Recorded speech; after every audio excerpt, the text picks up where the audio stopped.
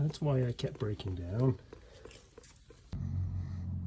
Step 1, stop diesel. Shit, there's a little hole, pinhole, right in there. Started leaking, and I went into limp mode, which meant I had to get out, pump, and prime the engine, prime the diesel, and that got me going about a kilometer, and then it would die. So there's my problem, but now I gotta replace that water separator. There's the culprit right there. My temporary solution is going to be that. It's still dripping a bit with the clamp on there, but so slightly, so I'm going to clean it off, acetone, clean it up, put another clamp on, see if it'll slow down the drip some more. Give it a quick sand and install that stuff. Should harden up and fix it. It's compatible with diesel or gas, so let's clean it up.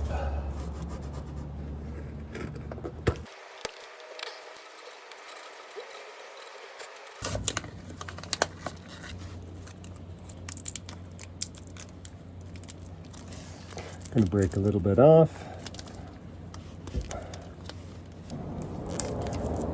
And start kneading it together.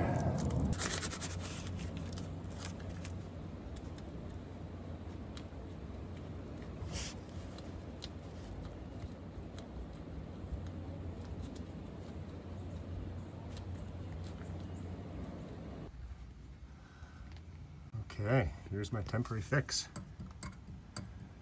Stuff hardens up super strong. It's filled up with diesel again. No leaks yet. I have to prime the pump and give it a little run and see if the leak comes back. But it's a temporary fix for now. See how long it lasts. The stuff hardens up like a rock, so hopefully it sticks.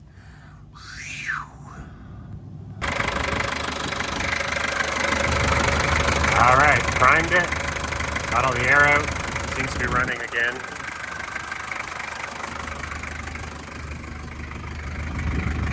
Check underneath.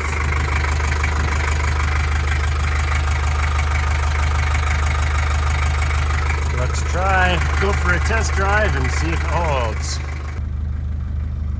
So that's something that I'm going to be keeping in my toolbox now. That.